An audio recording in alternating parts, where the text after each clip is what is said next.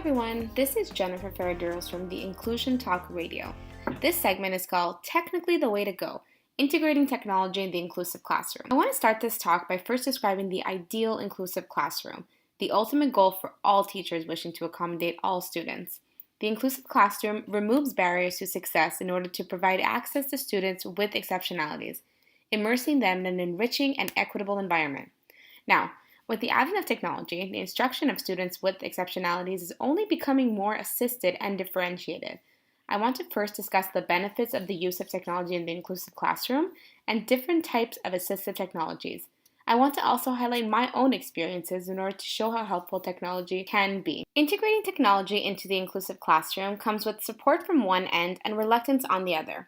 To name a few of the benefits, the integration of technology into the classroom provides granted access to the curriculum, allowing diverse learners different outlets to complete the work they previously had difficulty with. Something else that's beneficial is that students can actively engage in their learning by using technology and completing their work, promoting independence, which is also beneficial. So, what does technology in the classroom look like?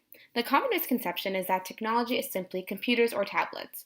I'm guilty of committing this crime myself. I always thought that technology was simply computers and that's it. However, technology can be low-tech, like pencil grips, or high-tech, like computer software programs that assist students with dyslexia and reading. Hearing aids are also even considered a type of technology. So there's so many different types of technology available today. Assistive technologies are especially common, something that has the power to counteract a lack of ability in a field. If a student in your class has ADHD, for example, or a learning disability, electric organizers or material that is pre-recorded can always help. If a student in your class has verbal difficulties, technology like advanced speech synthesizers can replace voices as a tool to promote speech. Computerized speech recognition can transcribe spoken words to a text document to be read back to students with hearing impairments. I was once in a classroom where a student with dyslexia was provided a tool called WordQ, where the computer read back any text a student wrote, offering choices for words as the story progressed. It was truly inspiring to see students with exceptionalities have these tools at their disposal to accomplish the tasks of their peers. They were not isolated or singled out. They simply had the tools to complete the same work as everyone else, and everyone was on the same wavelength. Teachers that advocate technology in the inclusive classroom really truly endorse the fact that technology, whether we like it or not, is becoming prominent in every aspect of our lives. Assistive technologies assist with the unraveling of the learning process and can help apply the cognitive theory. This means that they allow for students to link their personal cognitive abilities to the academic opportunities presented as a barrier to their disabilities. So students with exceptionalities in the regular education classroom need resources and assistance because the teacher can't always provide one-on-one assistance on their own. In the end, the teacher is one person. Oftentimes, they don't necessarily have other sources of help within the classroom. So assistive technologies can help alleviate some of this responsibility by providing a way for students to get help right away as they work within the classroom. So how about it? How about a resource like technology to alleviate some of this responsibility by providing a way for students to get their help right away as they work within the classroom? A lot of teachers may be resistant to this, and a lot of teachers really are. It's not easy to integrate new resources in the classroom and use them effectively, let alone resources that are evolving at such a fast pace like technology. Some teachers have negative attitudes towards it because of this, while others also believe that it's very distracting to not only the students using them, but maybe other students around them in the classroom. Others may feel insufficiently prepared or even trained to use these technologies, not to mention the fact that technology is costly and lower income schools often have difficulty integrating technology into the classroom because of this. However, the benefits really do outweigh the costs.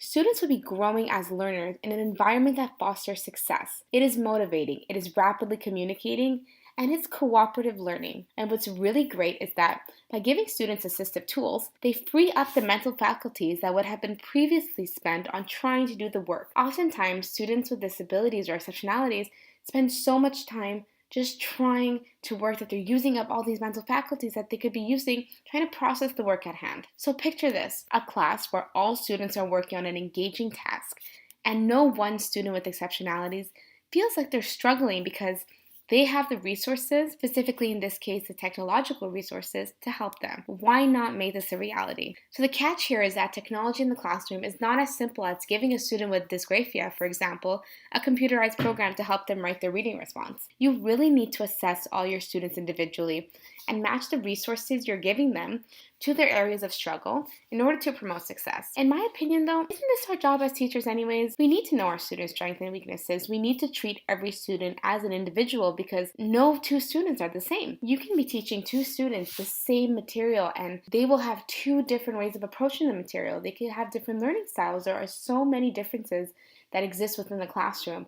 And we're not only talking about learning abilities and learning styles, we're talking about culture, language, race, ethnicity. So much diversity is present within the classroom. We need to do everything we can to accommodate the diverse learners in the classroom. Technology permits all students to learn using multimedia approaches and is a great way for students with exceptionalities to accomplish the work they were previously struggling with. Why give these students less work or half of the assignment another student receives? Oftentimes, a lot of teachers are guilty of this. They see students struggling and they'll cut down a word count for these students for them to complete their assignment. But that's not what we need to be doing. That goes against both fairness and equality in the classroom. It's far more productive to give every student the same instruction. However, for the students who need them, we integrate some accommodations, such as maybe more time or assistive technologies, as we've discussed. So for example, for students with learning disabilities, what about Kurzweil 3000?